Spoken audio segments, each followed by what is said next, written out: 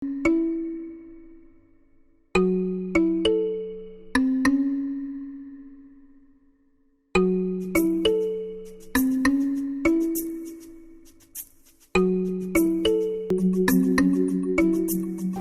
dilahirkan pada tahun 1998. Menurut cerita dari ayahku, setelah usiaku 7 hari terjadi peristiwa kerusuhan Mei 1998. Dan bapakku pernah cerita bahwa dulu waktu bayi aku jarang menangis. Menurut cerita ayahku, aku tidak pernah menatap ibu dan bapakku.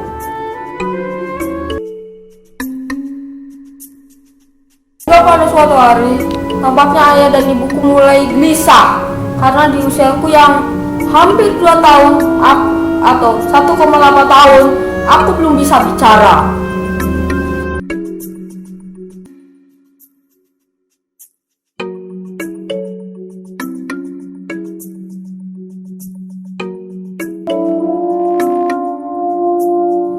Aku selalu tidak merespon bila dipanggil ibu dan bapakku. Saat itu dokter PAT menduga aku mengalami gangguan pendengaran, kata bapakku. Ibuku pada saat itu selalu menangis.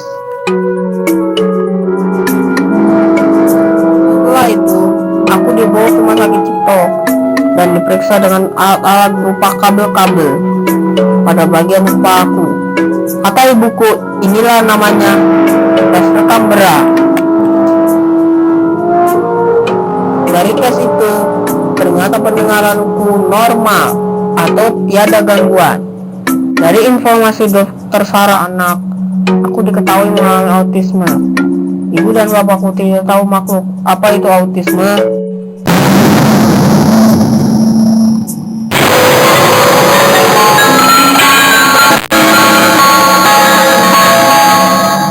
Disinilah mulai kisahku. Setelah itu, ibu dan bapakku mencari informasi mengenai autisme melalui buku-buku dan orang-orang yang ahli mengenai autis. Autisme adalah gangguan pada tumbuh kembang anak. Anak autisme cenderung asik dengan dunianya sendiri, seperti aku dulu. Mereka menghindari kontak mata dan tidak mau berinteraksi dengan orang-orang di sekitarnya. Salah satu tanda anak penyandang autis adalah terlambat bicara atau hingga dewasa tidak dapat bicara. Aku mulai diterapi oleh seorang yang aku tidak ingat saat itu. Aku diajari cara berbicara bahasa manusia seperti Tarzan yang baru datang dari hutan. Hanya beberapa bulan aku tinggal di Jakarta. Setelah ibuku mendapat informasi mengenai terapi wicara di Bekasi, maka keluargaku kembali pindah ke rumahku di Bekasi.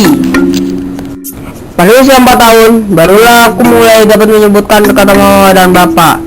Setelah bapakku berkurban kambing untuk diriku, mungkin saja ini merupakan mukjizat karena setelah itu aku paling takut bila mendengar suara kambing. Banyak sekali tempat terapi yang selalu kukunjungi, dari tempat terapi di rumah sakit hingga tempat terapi di ruko pinggir jalan, hingga perumahan yang sangat jauh dari rumahku. Aku dan ibuku yang pergi ke tempat terapi seminggu 2 kali, dengan jarak yang jauh berpuluh-puluh kilometer jauhnya dari rumahku.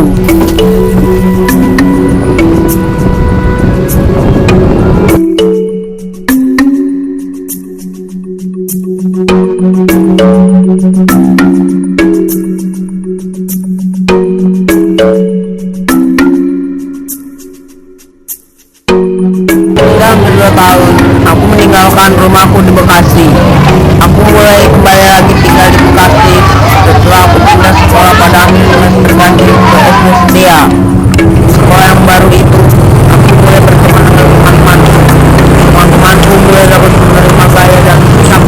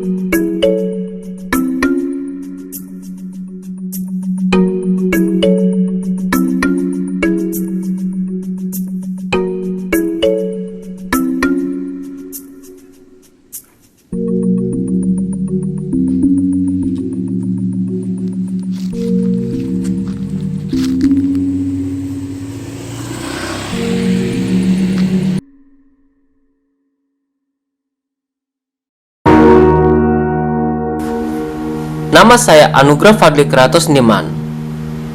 Saya biasa dipanggil Uga.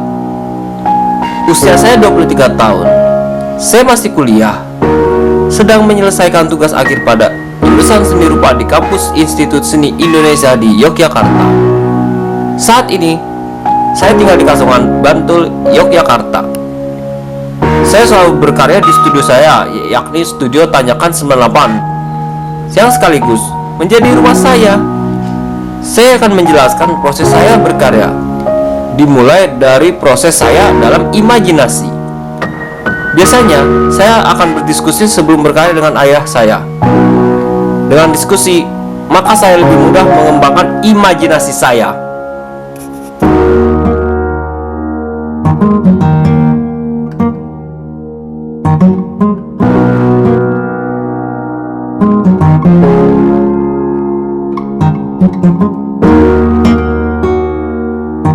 Saya berimajinasi dari pikiran saya yang berdasarkan respon terhadap kondisi lingkungan di sekitar saya. Saya mereproduksi angan-angan saya, tentu saja dalam wujud yang baru.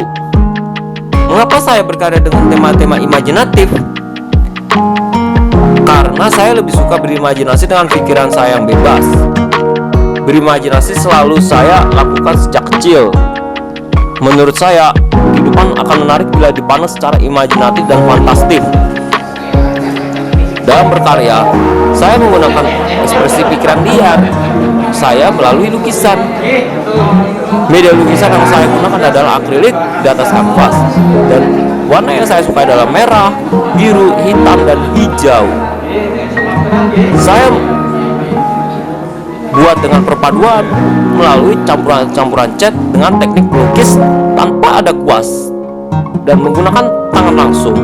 Karena ini lebih pas dengan cara saya. Dahulu sempat saya menggunakan kuas, namun lebih nyaman menggunakan tangan dipadu dengan palet. Tema dalam karya-karya saya mengenai kehidupan sehari-hari, terutama peristiwa pandemi yang selama ini terjadi. Karya saya berbeda dengan karya orang lain, dan saya merepresentasikan hal ini bersifat imajinatif. Namun meski saya itu agak sedikit keberatan karena teorinya agak sedikit lebih susah.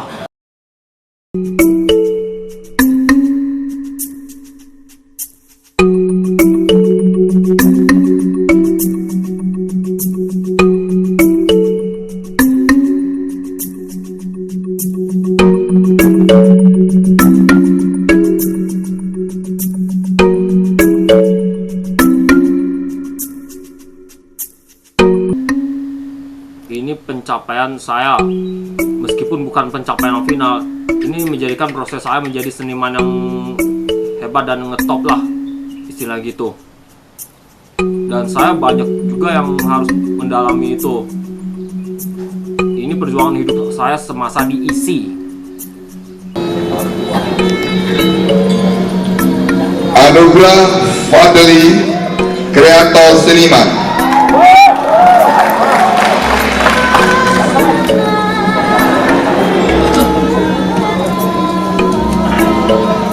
Yohanes Sukendar.